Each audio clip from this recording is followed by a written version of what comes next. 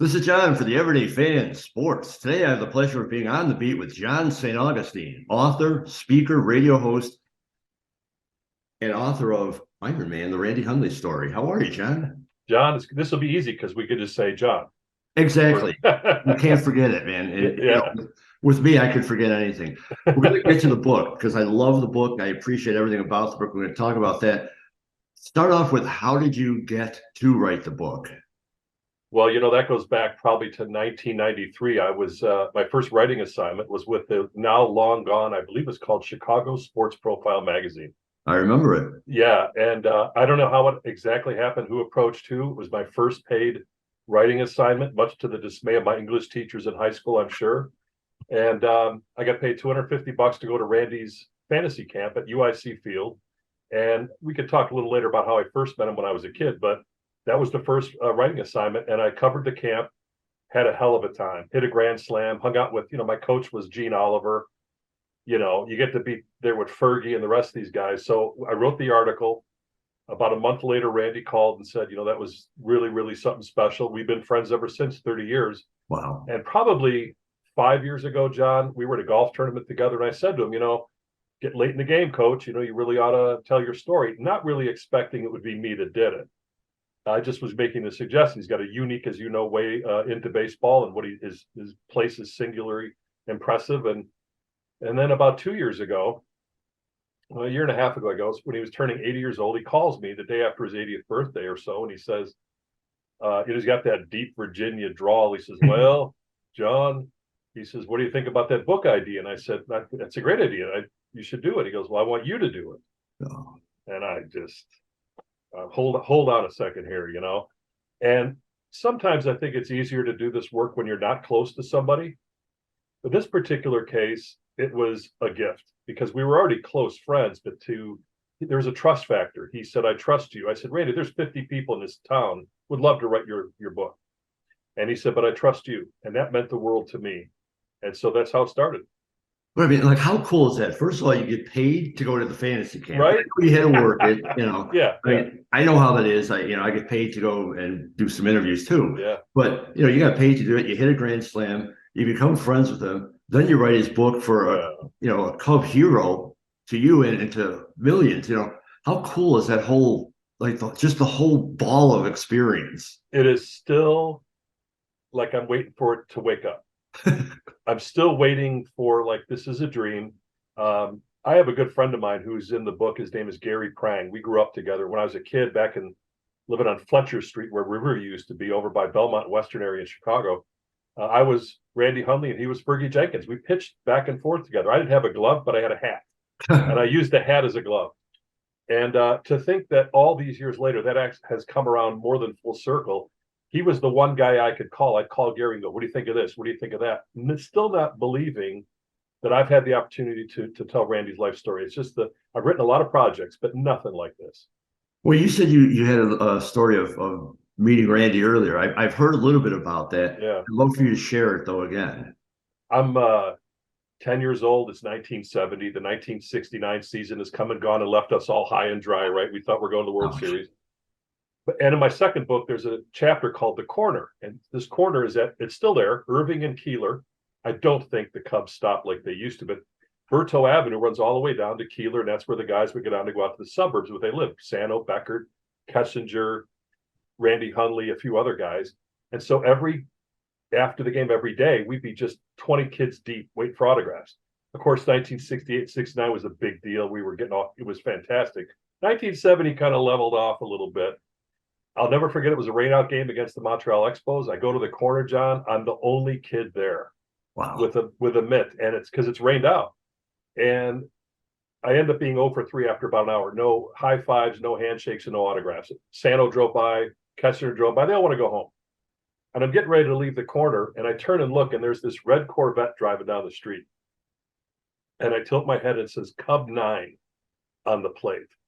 And there's nobody there but me. And so the car pulls off to the side. I will never, when it rains now, John, I still think of that time. Oh, that's cool. And the window rolls down and it's Randy Hundley. Just the two of us. And he says, "What in the Sam Hill are you doing? Standing out in the rain, boy. Get in here, you'll get your death of cold." And I'm sitting in this guy's Corvette. He's at that point had already won a Gold Glove. He's an all-star. As you mentioned, millions of fans love this guy. And he signs my mitt and he says, "Now, where do you live?" And I said, just a block. Now get home then. You go eat dinner. Like he's my dad. That's how we first met. And decades later, when I went to pick him up the first day for breakfast, I go to his house, and damned if that Corvette's not still in the driveway. Wow. Yeah. So every time I go to the house, even though we've been doing it for almost 2 years now, I just take a peek in that car, who's in there, Well, Randy Hundley had an amazing career with the Cubs. Well, first of all, he started obviously with the San Francisco Giants for a couple of seasons. Then he came to the Cubs. Yeah. He had a streak of 4 years where he averaged, which is ridiculous. He averaged 153 games behind the plate. Yeah. Obviously, half of those were away games, but yeah. still in the Wrigley Field heat. Like that's never going to be accomplished again. I mean, not even close. And he caught 160 games one year. Yeah. I mean, have you ever seen anything like that other than with Randy Hundley? No, and that's the thing Fergie Jenkins points out in the forward to the book. We were so honored to have Fergie write the forward, and he points out. He said, "Listen, there's been thousands of people that played baseball and thousands that have been behind the plate, but there's only one name in the history of all baseball that has caught that many games in a season, and it will never happen again. And that's number 9, Randy Hundley. That's where the title Ironman, of course, came from, because you will never see that again, as you pointed out. You're paying half those games in 90 to 110 degree heat at Wrigley. You're playing, on the road, which wears you out. And there's a lot of factors, I think. There are some things that were very positive. Again, you'll never see it again. It's a testament to his strength, his tenacity, his endurance, his love of the game. But it's also, the downside was DeRocher in 68, 69 was starting to build up to where he's not platooning anybody. Yeah. These are his 9 guys, and you'd have a one-off here and there. But once he installed Randy as the field general, for lack of a better term, he was not going to take him out of the game. And in the long term, I think that really hurt him at his career, even though he played 14 years. Right. Yeah. Well, when he was traded to Minnesota, I believe it was 1973. Yeah. After the 73 season, yeah. Was that a trade? Obviously, he loved being in Chicago, but was that a trade? How did that trade happen? Was that something that he wanted to do? Did it he had no idea it was going to happen. He thought he would be, he like a lot of these guys. I remember him telling me, it's not in the book, but I do remember him telling me when he was traded to the Cubs from the Giants, he heard it on the radio. Oh boy! A friend of his or somebody or in his family heard it on the radio and called him. Same likewise when he got traded to Minnesota, there was no consult. It's not like it is today. Yeah. Nobody called, wasn't in the news. He heard it in the radio at home that he'd been traded to the Minnesota Twins. And he was pretty upset about that. The only saving grace is Bill Hands, his partner from 1966 that came over, was already in Minnesota waiting for him. So they played a little bit together, but they were both, of course, on the downside of their careers. And, so much about writing this book and going back and looking at baseball in those years, you would never hear this stuff now. Right. So it was quite a history lesson for me on top of it. And then when he came back to Chicago, because he finished his career here. Yeah. Obviously he was with he went to Minnesota, then he went to San Diego. Right.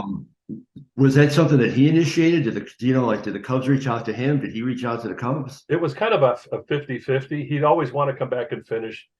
Things had changed there. DeRocher's long gone, and they're looking at ways to bolster, I think, their farm system, thinking that we can get Randy back as the play and finish, and then get him into the system and become a manager, because some of the best baseball managers have all been catchers because of the way they see the field and all that stuff. So David Ross, who just did a hell of a job for the last 4 years. So I think that was part of the idea. He sees it as divine providence. He felt that there is some special connection he has with Chicago, the Cubs, the fans, and that's what brought him back. And I think it was Bob Surratt, who's in the book is part of the campers section for the fantasy camp. He was at the game when Randy came back. Wow. And and his first time up at the plate, Hundley hits a double. And he's standing on second base, and the place goes nuts. This is set 1976.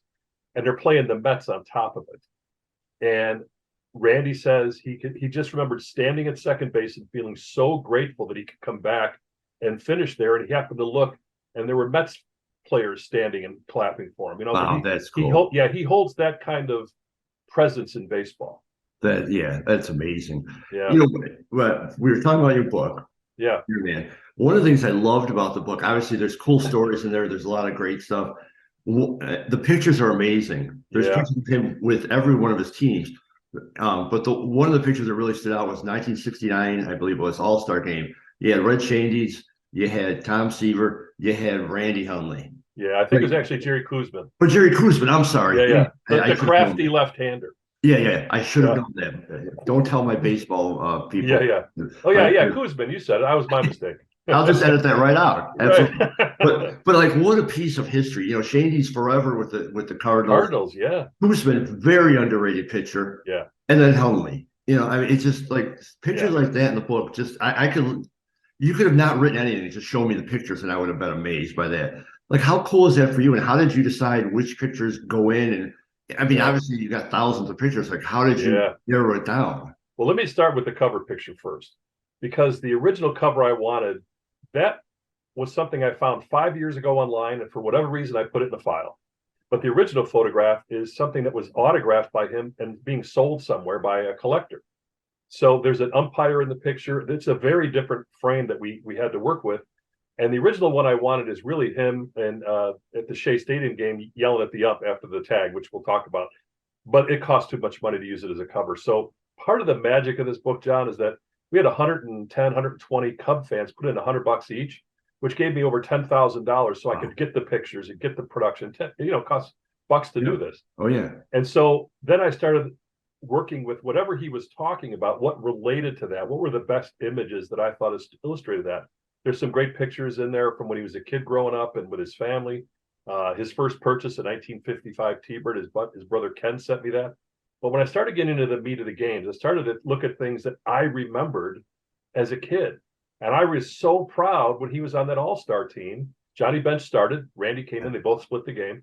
And that image of those three really iconic players at the time, Koosman and Shandings was the manager, as you mentioned, and Hundley was so telling of that time. That was an easy pick for me, but that's not my favorite picture. What's your favorite picture? My favorite picture is in the book where he had to go back to court because of the IRS. And the IRS said in 1960, when he got his bonus, his dad was his coach and his agent. And he used his dad as a tax write-off. Whatever bonus he was going to get, he gave half to his dad because of his coaching. And that had never been done before in any sport. So for 7 years, the IRS was dogging him in a lawsuit saying, this is an unallowable expense. It was like 11 grand. Yeah. He got 22, he gave his dad 11. So they end up in court. He was in spring training and they had to actually leave to go to court. And he prevailed. He was in there for 5 or 6 hours squatting in court with a glove on and had to illustrate to the judge and the IRS that my dad is really, taught me to do this. And because of that, as we know, Randy was the first one-handed catcher in Major League Baseball history. He broke the mold. So they allowed the expense, the lawsuit's done. But the great sports cartoonist Murray Olderman captured it in a cartoon that was nationwide at the time. It was a big deal. It says Hundley beats the rap. And the IRS was after him. And that cartoon, when I saw it, I'm like, oh my gosh, this is the year he's winning the world, the Gold Glove. He's also, he was at the top of his game. It was Bench and Hundley and Bench. It was just like that, they're so close in Cincinnati. So I came across the image that's in the book by Murray Olderman, come to find out that Mr. Olderman died about 5 years ago. And I couldn't find who owned his archives. And lo and behold, I went and looked at his obit and I found his daughter, and she was upstate New York teaching art. And I was able to track her down and say, this is what I'm doing. And is it possible to lease this and get the rights to it to use it in the book? And she said, my dad would be so proud to have his art in your book. You can use it for free. Oh, that's cool. Yeah. So I look at that as that was the indicator I'm in the right direction. So of everything through the writing process, is there any one thing that stands out in your mind that you didn't know about Randy or his career? I think I did realize how much playing in the turbulent 60s affected him. If you look at that decade, it was a what show, right? Oh, yeah. You got 4 or 5 assassinations, you got civil rights, you got Vietnam, you got protests. And, when he came up in 64, by the time he rolls into Chicago in 66, things are really heating up. And he talked about it in a way, it was almost like a backstory, which I included because it's about baseball, but it isn't. It's not about the on field. It's like how much of that stuff affected the black players, the Hispanic players, the white players, the way people, needed to go to the ball game. And much like today, when stuff's going on, baseball is like the great, escape. So he talked about it, how much that really was difficult for them to focus on baseball, which seems so trivial compared to JFK, RFK, MLK, Malcolm X, all of that. And then until he realized people came to the park and they needed those 2 hours and 3 minutes to get away from things. So I think that was the thing that was most surprising. And now that the book is printed, Yeah, fully right here, hard, yeah, paper, pulp. yeah. What does it mean to you, like when you first saw it, or if you see it on the shelf, or if you see someone like me holding it up going, this is an awesome book? Because it really is. I read through the whole thing. You were gracious enough to send me a copy, Yeah. autographed. Appreciate Yes. what does it mean to you to Boy, as I said, I've done a lot of projects. I've written 3 of my own books, 7 books for other people. So this ghostwriting thing's kind of become a little industry for me, which I never expected. But this one here, I mean, on the wall, which you can't see over to the side here, there's this huge billboard we had made for the book signings we do. And to see that sitting there when it was just 5 years ago, an image on my computer. And I think of the literally hundreds of hours of work that went in. Every Wednesday, Randy and I would have breakfast, and we go back to his house and talk for about 6 months. And then to take all those puzzle pieces, shake them up, and figure out what goes where. And I'd sit here. My sweet spot is from 3 to 7 in the morning when it's dark and it's quiet, nobody bothers me. And to watch this book unfold off the audio in my ear and write, not totally transcribed, but gave me bits and pieces. The first time I saw it, I lost it. I'm like, this is for this 10-year-old boy to stand and knock on the door of that Corvette, and it's surreal to me. So whenever I go out, I have a bunch of books on my desk that have to be signed. We're doing these for Christmas, so you can reach out to me on Facebook and get an autographed copy for the ultimate copy for a Cubs fan. When I go out to see him and sit down, I watch him signing this, and it still doesn't register. It's just incredible. So the little 10-year-old kid in you is still screaming like, this is Randy Hundley. I know, and I never want to lose it. I think that's what baseball does for us. It keeps us 10 years old, and in the world that is always challenging and changing and chaotic at times, I think that 10-year-old part of us is important. And so now we have a very, very close relationship. It's nothing I ever expected would be the side effect of this book. But, we talk almost every day. We go to lunch. His health isn't that great, so I'm kind of moving him around and doing the things he has to do. And yet, true to form, he'll call me and say, well, I did 20 laps around the island in the kitchen today to get my steps in. He's 81 years old. Yeah. So very impressive with that. So what makes this book different, special than the average autobiography? That's a really good question. I think it is the trust factor. I've had people ask me to help them with their books, but they're clients of mine. They'll from my writing, and we don't have that kind of close relationship. And like I said early on, it's probably better. Sometimes I can be way more objective and excuse me, and not as subjective, because I'm so close to this. I thought it would be really difficult. It turned out to be incredibly easy to some degree once I sat down and got past literally 2 months ago, and I can't believe I get a chance to do this every morning. 2 months.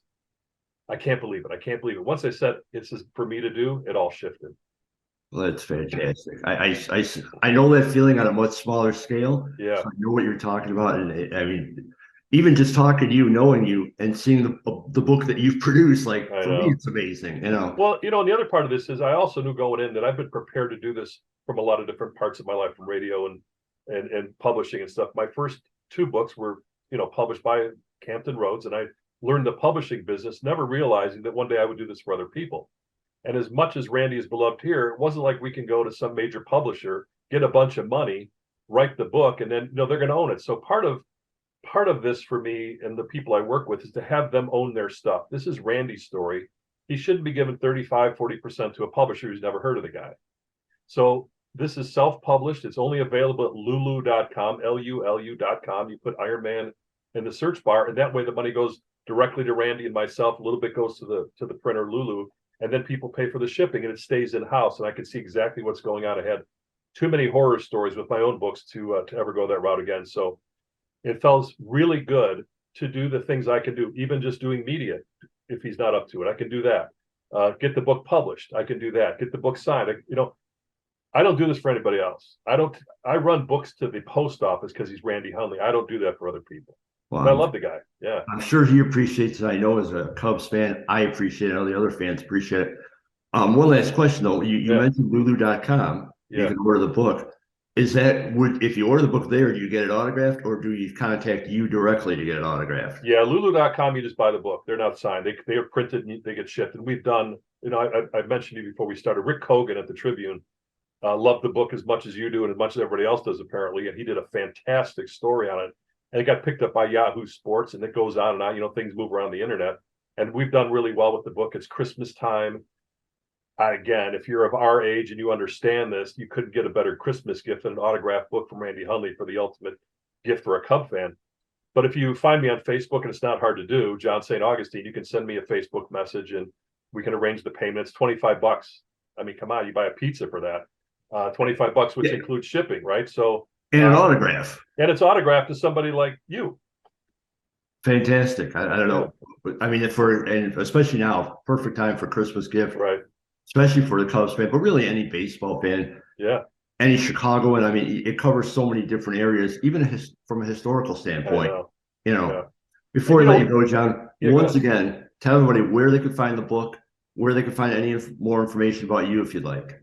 So the book is available unsigned and not autographed at lulu.com, LULU.com. Just put Ironman in the search bar. You can buy the book, $19.95 plus shipping. If you want an autographed copy, find me on Facebook. John St. Augustine, easy to do. I'm always posting stuff about the book there.